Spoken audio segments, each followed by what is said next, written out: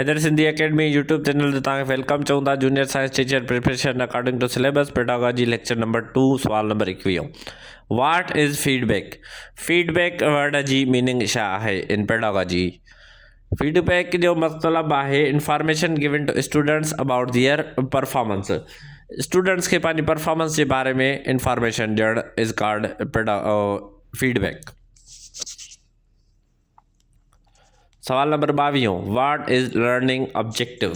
Learning objective word जी definition छा आहे? A goal that students should achieve after a lesson. हिकिड़ो मक़सदु जेके शागिर्द हिकु सबक़ पढ़ण खां पोइ हासिल कनि।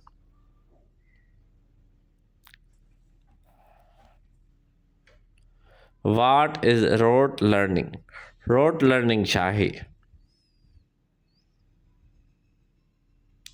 Learning by memorisation without understanding. Rote learning जीअं असां सिंधीअ में हिनखे रटो चवंदा आहियूं त पढ़णु विदाउट यादि करणु। What is critical thinking? Critical thinking छा आहे? The ability to analyse and evaluate information. अहिड़ी सलाहियत जेका एनालाइज़ ऐं एवेल्यूएट करे इंफॉर्मेशन खे। What is collaborative learning? Collaborative learning छा आहे? Learning by working in groups is called collaborative learning. Learning by working in groups. सवाल number 26। What is period learning? Period learning छा आहे? Learning from classmates is called period learning. ही basic terms आहिनि, हर students खे अचणु खपनि। Pedagogy जे बि टेस्ट में ईंदो इंशाल्लाह उनजो ज़रूरु सुठियूं मार्कूं ईंदियूं।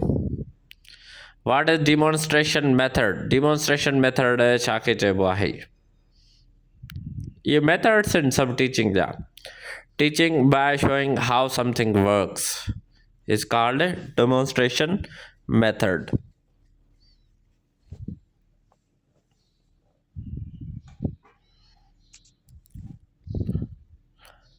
What is discussion method? Discussion method छा आहे?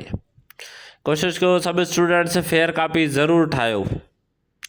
Teaching through interaction and conversation. Teaching through interaction and conversation.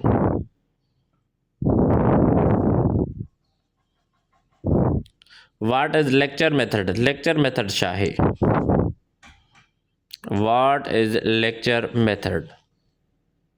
Teaching by explaining the topic verbally.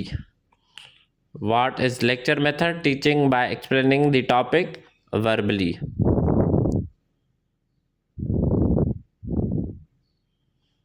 What is project method?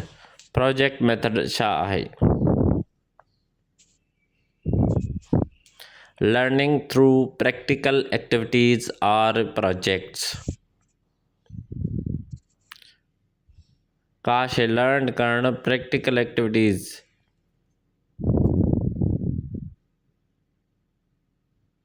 Who developed the project method? Project method खे कंहिं developed कयो? William Heard Kilpatrick.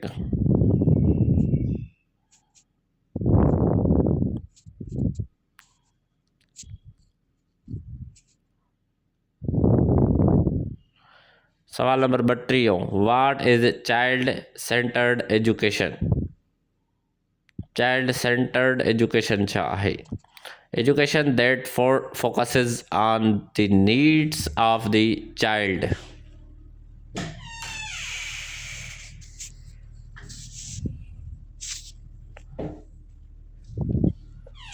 सवाल number 33। What is discipline in education?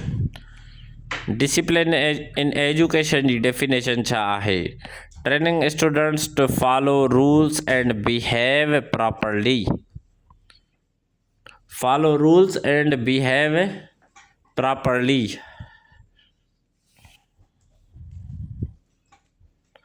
सवाल number 34 what is ideal. Ideal छा आहे। Student ज़रूर comment कनि त उन्हनि खे इहे लेक्चर्स कीअं था लॻनि ऐं वधीक कहिड़ी टॉपिक्स ते लेक्चर हुजणु खपनि। अ पर्सन और thing that people admire and respect very much.